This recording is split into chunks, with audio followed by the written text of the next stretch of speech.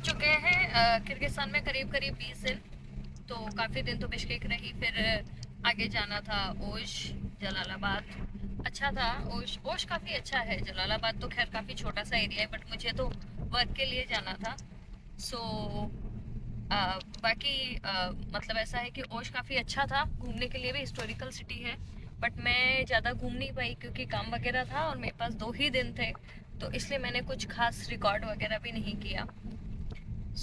अभी हूँ मैं बिश्केक में, और अब यहाँ से बिश्केक नहीं, एक्चुअली कांत है ये। और यहाँ से अब मैं निकल रही हूँ। आज एग्जिट लेना है किर्गिस्तान से, और अब मैं यहाँ से जा रही हूँ Kazakhstan by road. By road मतलब कि वही है, बाय एयर नहीं जा रही हूँ। मैंने कैब बुक की है, प्राइवेट कैब है ये, क्योंकि मेरे पास थोड़ा सामान वगैरह थोड़ा ज़्यादा था। कुछ तो यूनिवर्सिटी का भी सामान था, कॉलेज का बुक्स वगैरह थी, और बाकी मेरा बैग तो खैर कम ही रहता है लगेज, बट बुक्स वगैरह मेरे को काफ़ी सारी लेकर जानी थी वहाँ यहाँ से। इसलिए कैब करी। कैब करने का मेरा मेन रीज़न ये था, मैंने सोचा कि सामान पैदल लेकर मुझे नहीं चलना पड़ेगा, क्योंकि है क्या, बॉर्डर टू बॉर्डर जैसे अपन क्रॉस करते हैं, जैसे बांग्लादेश में थी, तो सामान आपको ना सारा स्कैन वगैरह करना पड़ता है ना। तो पैदल करीब करीब 700 मीटर सब बता रहे थे कि अप्रोक्स इतना है, अंडर 1 किलोमीटर है। बट उतना सारा सामान लेके, वो भी ट्रॉली वगैरह कुछ नहीं है, तो ये था कि थोड़ा सा टफ रहेगा। पता नहीं है वहाँ पे क्या सिस्टम है, कुली वगैरह मिलेंगे या नहीं। ये करके मैंने शेयरिंग बस या वैसा नहीं किया। अदरवाइज एक ऑप्शन रहता है कि आप यहाँ से यहाँ के बॉर्डर तक कैब बुक कर लो, जैसे अपने ऊपर होती है वैसे ही यहाँ पे एक जेंडर करके ऐप होता है, उससे चले जाओ। 600-700 रुपये लगते हैं।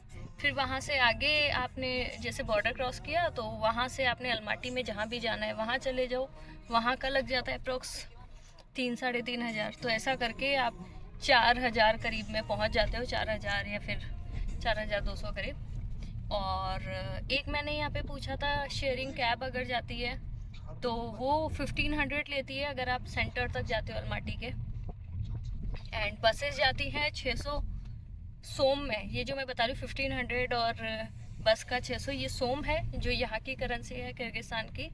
ऑलमोस्ट अपना सेम सा ही है, थोड़ा सा फ़र्क पड़ता है, लाइक आई थिंक 89 और 100 इतना फ़र्क है, ज़्यादा फ़र्क नहीं है। तो वैसा है। तो लाइक ये सारा था। अगर आप 3-4 लोग हो तो आप कैब में भी कर जा सकते हो, वो इजी पड़ेगा। सिंगल हो तो बस में चले जाओ, नहीं तो शेयरिंग कैब में 1500 सोम दे के जा सकते हो। 1500 सोम का आई थिंक 1300-1400 रुपये करीब पड़ेगा। वैसा है। अब चलते हैं बॉर्डर पर, देखते हैं।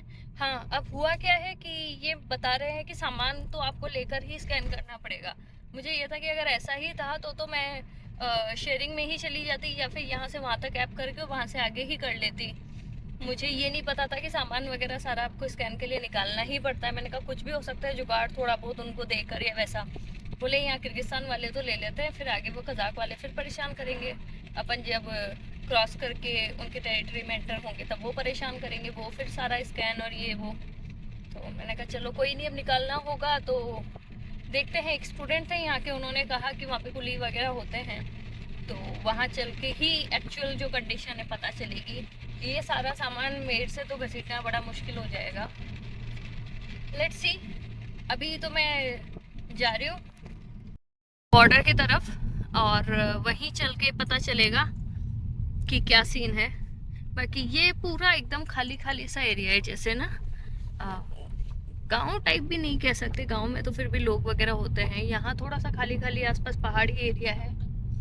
टाउन है खैर ये, मतलब है क्या कि जैसा होता है ना कि हाँ कहीं कहीं दूर दूर लोग हैं, वैसा नहीं है। पूरा खाली सा ही दिख रहा है दूर दूर तक। वैसे तो पूरे ही किर्गिस्तान में ऐसा ही है आपको, मतलब काफ़ी ऐसा दिखेगा कि छोटे छोटे टाउन बसे हुए हैं बाकी पूरे एरिया खाली रहेंगे, वहाँ पे पहाड़ और वैसा सब खाली ज़मीनें दिखेंगी। चलते हैं, देखते हैं कितने टाइम में पहुँचते हैं। मेरे हिसाब से शायद 1-1.5 घंटा तो वहाँ तक पहुँचने में लगेगा बॉर्डर, फिर उसके आगे का देखते हैं। मतलब वैसे ये लोग बता रहे थे 4-5 आवर्स में आप कजाकिस्तान वहाँ पहुँच जाओगे, अलमाटी। चलते हैं।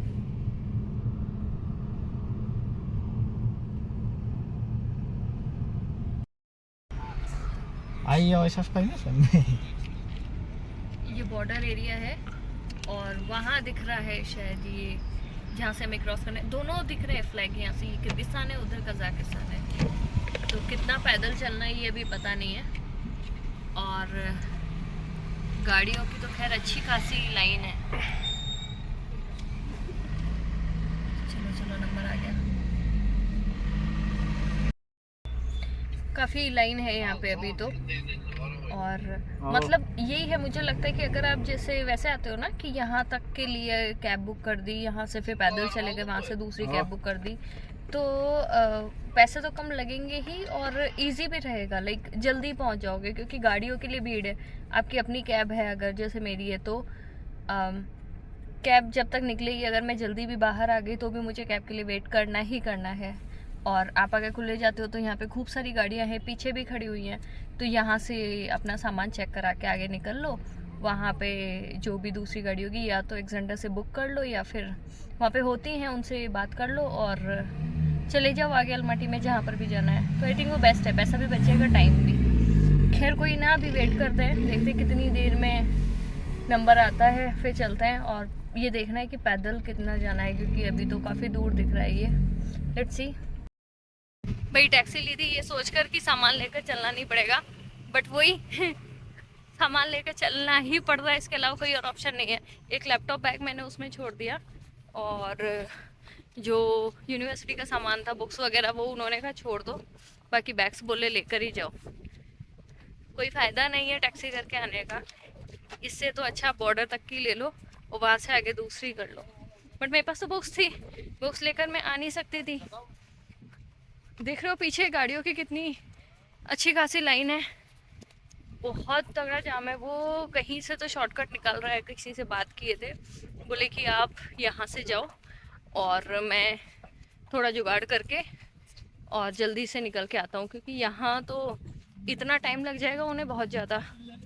सो वैसा है, चलते हैं अब आगे, देखते हैं क्या है। अपने लिए 15 दिन वीज़ा फ्री रहता है कजाकिस्तान में इंडियंस के लिए, तो वीज़ा वगैरह का स्टैम्प लगने वाला है, बैग जहाँ तक स्कैन होंगे और बाकी देखते हैं क्या सीन रहता है। गाड़ियों की भीड़ लगी हुई है अच्छी खासी, बिल्कुल आगे तक। वहाँ जाना है, वहाँ से क्रॉस करके फिर आगे जाना है। आगे ही कहीं वो मिल जाएंगे ड्राइवर, उन्होंने नंबर लिया ही है। देखो सब खड़े हैं ये लोग, पता नहीं कब इनका नंबर आएगा। सब हो गया, कजाकिस्तान में एंट्री हो चुकी है। इजी था प्रोसेस, वहाँ से उनको स्टाम्प लगवाया, वहाँ पे फिर भी उन्होंने किर्गिस्तान का वीज़ा एक बार चेक किया था। उसके बाद यहाँ आके इनको दिया पासपोर्ट, स्टाम्प लगा दिया, सामान स्कैन करना था, स्कैन करके ले आओ। बहुत ही कम टाइम लगा और हो गया। चलो अब चलते हैं बाहर, टैक्सी वाले कहीं तो वेट कर रहे होंगे, मिलते हैं उनसे। तो वापस से कैब वाले भैया मिल गए और अब चलते हैं अपन जहाँ मुझे जाना है। होटल एक्चुअली बुक था, ज़ोलोटोई ड्रैगन करके कोई होटल है, मैंने इनको बता दिया है भैया को, ये जानते हैं। सो अब सीधा वहीं जाना है, देखते हैं कितना टाइम लगेगा। और मैंने अभी मनी एक्सचेंज वगैरह यहाँ से करवाई नहीं है, इन्हें देना है, वो तो मैं सोम में दे दूँगी। और आगे के लिए ये था कि विड्रॉ कर ही लेंगे। खैर, सो वेलकम टू कजाकिस्तान। और अब यहाँ से निकल रहे हैं, इधर दोनों तरफ बड़े ही सुंदर से पहाड़ है और लिटरली बहुत ही प्यारा व्यू है। पूरे ऐसे ये ग्रीन ग्रीन पहाड़ है, मैं आपको दिखाती हूँ।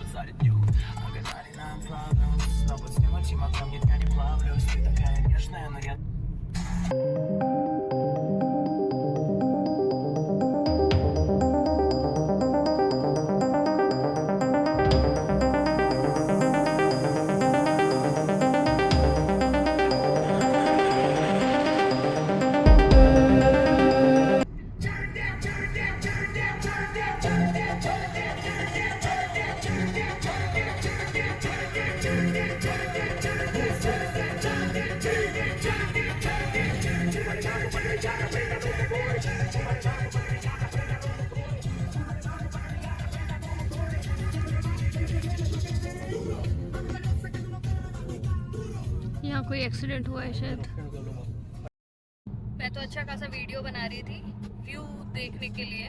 मुझे लगा वो लोग ऐसे ही खड़े हैं, मतलब इतना अच्छा व्यू है तो नॉर्मली होता है ना कि खड़े होकर कोई फोटो वगैरह खींचा है। तो मुझे कुछ गाड़ियाँ खड़ी दिखी जो वो वीडियो में दिख रहा था, उसके आगे पुलिस की गाड़ी दिखी, मुझे लगा चालान कर रहे होंगे उसका।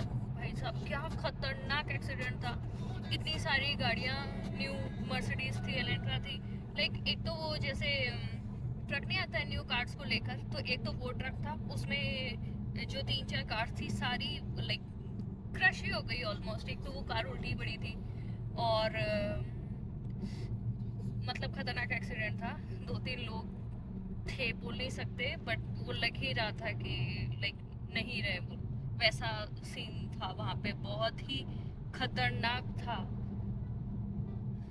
यहाँ पे एक्चुअली यही है, ये भी खैर अच्छी खासी स्पीड में चला रहे थे, बट ये ठीक है कंट्रोल करके। और जिस गाड़ी में मैं आई हूँ ये गाड़ी भी न्यू है, तो मुझे जिन्होंने भेजा था उन्होंने ये भी पता करवाया था कि गाड़ी कैसी है। उन्होंने खुद ने बात कर दी, क्योंकि मेरे को तो रशियन आती नहीं है, तो बात करके मेक श्योर कर रहे थे कि हाँ गाड़ी कैसी है, अच्छी होनी चाहिए। मोस्टली पुरानी गाड़ियाँ कईयों के पास होती हैं, ये तो खैर सारी न्यू कार्स थी, बट जैसे चलाते हैं काफ़ी सही पुरानी गाड़ियाँ होती हैं, सेफ्टी फीचर्स होते ही नहीं हैं। लिटरली ये गाड़ी तो ऐसा था कि आप देखकर पता नहीं चल सकता कि ये गाड़ी थी कौन सी, पूरी मतलब कोलैप्स हो गई वो दोनों साइड से। सो बहुत खतरनाक एक्सीडेंट था। कुछ नहीं है ना यहाँ पे, मतलब डिवाइडर नहीं है, कोई स्पीड ब्रेकर नहीं है, तो आप अपनी स्पीड अपने हिसाब से स्पीड से भगा रहे हो, वैसा है। तो थोड़ा सा सेफ्टी का बहुत ज़्यादा ध्यान रखना पड़ता है। कितना अच्छा व्यू देखकर एंजॉय कर रहे थे, सडनली ये सीन आ गया।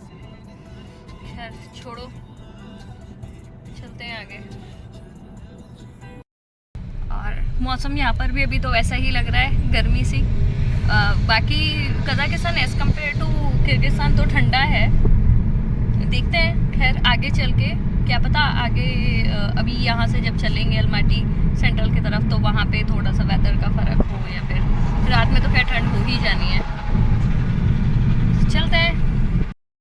मैं गई थी ज़लोनी मार्केट और काफ़ी अच्छा था। लाइक मुझे तो यहाँ पे किसी स्टूडेंट ने बताया था, मैंने उनसे पूछा था कहाँ जा सकते हैं, तो बोले मैम वहाँ जाओ। अच्छा लाइक मेरे को ये था कि फ्ली मार्केट बताओ, बिकॉज मॉल वगैरह तो अपन कहीं पर भी जाते हैं वहाँ पे मिल ही जाता है। और यहाँ पे एज़ कम्पेयर टू बिश्केक, मतलब ये बड़ा सिटी है और वहाँ से ज़्यादा मतलब यहाँ पे है चीज़ें एक्सप्लोर करने के लिए ना, मॉल्स वगैरह भी काफ़ी हैं, वहाँ तो उतना नहीं था। सो मार्केट एक कल हो गया ज़लोनी, और मैंने छोटा सा ही क्लिप एक लिया, सिर्फ ज़्यादा नहीं रिकॉर्ड किया था। तो उसके बाद अब आज 1-2 और स्टूडेंट ने मुझे मतलब बोला है 1-2 और मार्केट हैं, तो आज कोई दूसरा मार्केट है, मैं वहाँ जाती हूँ फिर आपको दिखाती हूँ। बस का मुझे यहाँ से वेट करना है और यहाँ से वही 113 आएगी। फिक्स होता है इनका, मतलब यहाँ की जो करेंसी है टेंगे, तो उसके हिसाब से देखें तो 200 टेंगे लगेंगे वन साइड का। और यहाँ पे जो लोग रहते हैं वो लोग तो क्या कार्ड यूज़ करते हैं, तो वो कार्ड अगर आप ले लेते हो तो 100 टेंगे लगते हैं, वैसा है। मुझे तो कुछ टाइम के लिए रहना है तो ठीक है, 200 टेंगे देंगे और फिर आगे चलते हैं। वेट करती हूँ बस का। एक तो मैं अभी आ रही थी, मेरे सामने से ही निकल गई, तो वैसे इवनिंग में तो दिखाता है कि एवरी 30 मिनट्स, बट सुबह जल्दी आ जाती है, अभी 10-12 मिनट में आ जाएगी बस। देखते हैं, वेट करते हैं, बस का आने वाली होगी। अभी उतनी ज़्यादा ठंड नहीं है, शाम को काफ़ी ज़्यादा ठंड हो जाती है, बट इन दिनों यहाँ का टेम्परेचर जा रहा है मिनिमम 1। सो अभी तो नहीं, अभी नॉर्मल है, शाम को हो जाने वाली अच्छी खासी ठंड। तो चलो मैं वेट करती हूँ बस का, फिर वहाँ पहुँच के दिखाती हूँ। सामने उस तरफ है ज़लोनी मार्केट, और यहाँ पे क्योंकि जैसा मैंने शॉर्ट्स में ही बनाया था, इस तरफ ये जैसा मेरे ये पीछे देख रहे हो, ये सारा लाइक कुछ स्ट्रीट वेंडर्स हैं, ये कुछ वो चीज़ें बेचते हैं जो ये लोग कहते हैं एंटिक है। अब एंटिक है या नहीं वो तो मुझे नहीं पता, होता सारा वही है कि लाइक यूएसएसआर के टाइम वाले मेडल्स वगैरह इनके पास है, कुछ हैट्स हैं और कुछ और भी चीज़ें हैं जो सारा लाइक एंटिक है। किसी का मैंने रेट पूछे तो कोई 5000, हाँ 5000 और 10,000 ऐसा रेट्स बताया था अलग अलग। मोस्टली मेडल्स ज़्यादा हैं और वो यूएसएसआर वाले टाइम के हैं, बट ओरिजिनल है या नहीं है ये मुझे लिटरली बिल्कुल नहीं पता, मुझे आइडिया नहीं है इस चीज़ का। यहाँ से सामने चलते हैं, वही ज़लोनी मार्केट जहाँ मैं पहले गई थी। और ये जो स्ट्रीट वेंडर्स हैं ना, ये आपको यहाँ आसपास काफ़ी दिख जाएंगे, उधर भी होते हैं, इधर भी दिख जाएंगे, इधर भी हैं, काफ़ी जगह हैं ये। सो देखते हैं, अगर कुछ ढंग का मिल गया। तो एक तो मेन ये है कि पता नहीं होता आपको कि ओरिजिनल है या जस्ट इनको एंटिक शो किया गया है।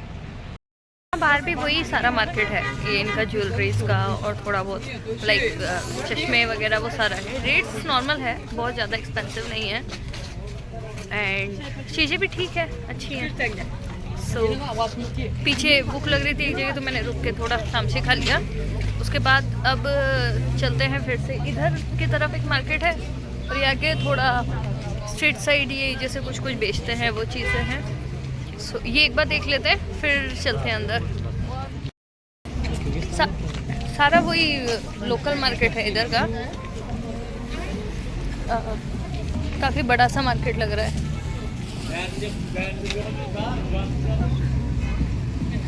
यहाँ पर भी अंदर मार्केट है, इस तरफ चलते हैं।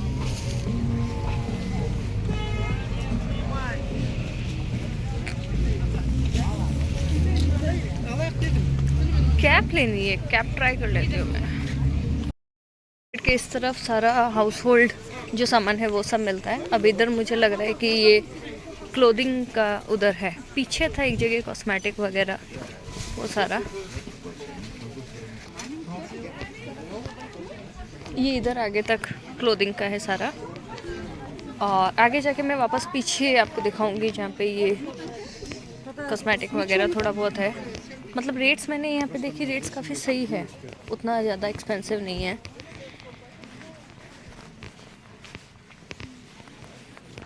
शूज़ हैं, नॉर्मल ड्रेसेस वगैरह हैं और अंदर भी मार्केट है। ये बाहर का जो मार्केट है वो है।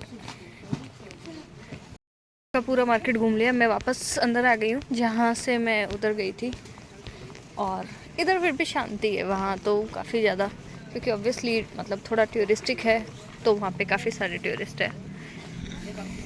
है तो मोस्टली अपने ही इंडियंस ही। सो अब इधर चलते हैं, फिर आगे से निकल के वापस जाना रहेगा होटल, क्योंकि टाइम भी होता जा रहा है और ठंड बढ़ रही है अब। और उस तरफ तो मार्केट बंद होने लगा था, एक जगह तो मुझे थोड़ा सा वैसा दिखा था, थ्रिफ्ट मार्केट टाइप भी बोल सकते हैं, लाइक बाहर की तरफ ही था वो फ्ली मार्केट से।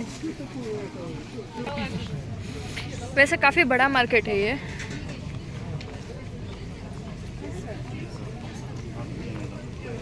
ये सारा हाउस होल्ड है इधर।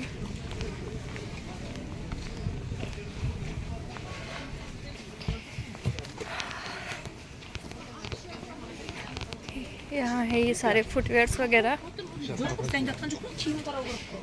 इधर भी अंदर जाके था थोड़ा वो, फिर लोकल्स के हिसाब से जैसे फ्लावर्स और वैसा सब था, ग्रीन मार्केट काइंड ऑफ।